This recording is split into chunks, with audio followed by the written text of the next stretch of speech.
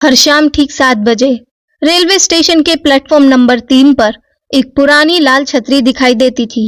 किसी को पता नहीं था कि उसे रोज वहां कौन रख कर जाता था। वह छतरी महंगी नहीं थी, उसका हैंडल टूटा हुआ था, उसका कपड़ा फीका और फट चुका था और उसकी एक लोहे की कमानी भी मुड़ चुकी थी। फिर भी जब भी बारिश होती, वह छतरी स्टेशन के बेंच के पास रखी मिलती। लोगों ने उसे नेकी वाली छतरी का नाम दे दिया। जिसे भी जरूरत हो वह उसे ले जा सकता था, लेकिन एक अजीब नियम था, वह ये कि अगली सुबह छतरी वापस करनी होती थी। 15 साल का एक बच्चा आरव एक शाम तेज बारिश में स्टेशन पर फंस गया। उसकी बस छूट चुकी थी और बारिश इतनी तेज थी कि स्टेशन से बाहर निकलना मुश्किल था। तभी उसकी नजर बेंच के पास रखी लाल छतरी पर पड़ी।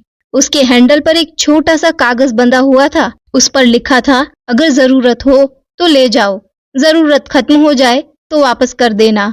आरव मुस्कुराया, ऐसी चीजें आजकल कौन करता है।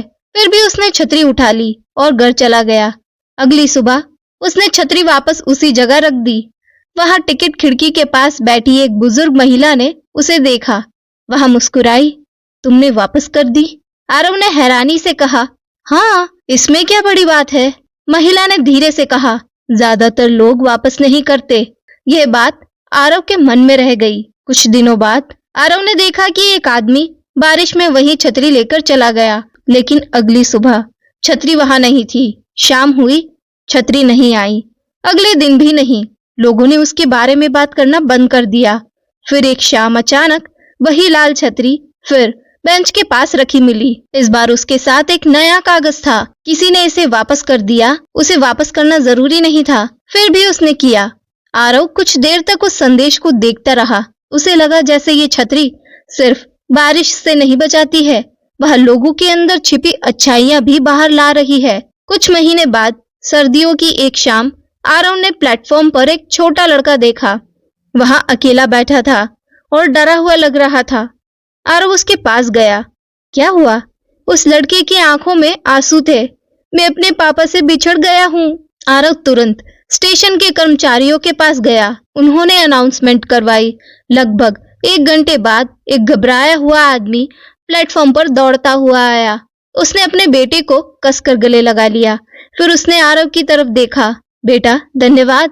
आरव ने बस मुस्कुराकर सिर हिला दिया। उसे लगा उसने कुछ खास नहीं किया था, लेकिन अगले दिन जब वहां प्लेटफॉर्म नंबर 3 पर पहुंचा, लाल छतरी फिर वही थी। उसके हैंडल पर नया कागज बंधा हुआ था। नेकी तब बढ़ती है जब कोई उसे देखकर आगे बढ़ता है। आरव देर तक उस संदेश को देखता रहा।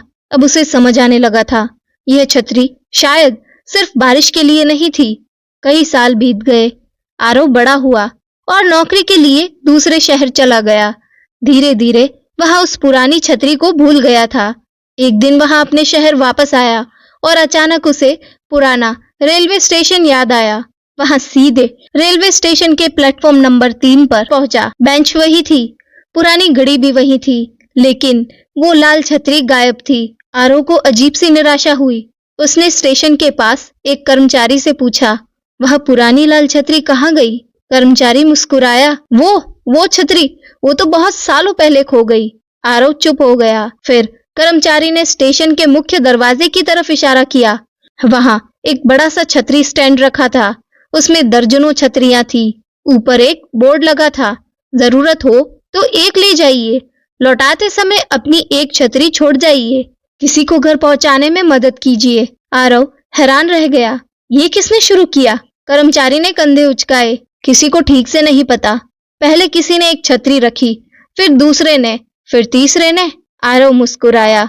वह लाल छतरी गायब हो गई थी, लेकिन उसकी अच्छाई सैकड़ों छतरियों में बदल चुकी थी। स्टेशन से जाने से पहले आरव ने अपनी छतरी भी स्टैंड में रख दी और उसने एक छोटा सा कागज बांधा, अगर जरूरत हो तो ले जाइए। फिर वो वहां से चला गया। कुछ ही देर बाद एक छोटी लड़की वहां आई। उसने छतरी उठाई, कागज पढ़ा और मुस्कुरा दी। उसे क्या पता था कि उसने सिर्फ एक छतरी नहीं उठाई थी, वहां वर्षों पहले शुरू हुई एक छोटी सी नेकी की कहानी को आगे ले जा रही थी। इस कहानी से हमें ये सीख मिलती है कि अच्छाई के लिए हमेशा बड़े काम करने की जरूरत नहीं होती, कभी कभी एक छोटी सी मदद किसी दूसरे इंसान को भी अच्छा बनाने की प्रेरणा देती है और फिर वही छोटी सी नेकी धीरे धीरे बहुत बड़ी बन जाती है। आप बताइए, अगर आपको वह लाल छतरी मिलती तो क्या आप उसे वापस करते? आज की ये कहानी आपको कैसी लगी, ये कमेंट सेक्शन में जरूर बताएं और आने वाली नई इंटरेस्टिंग स्टोरीज के लिए इस चैनल को सब्सक्राइब जरूर कर लें।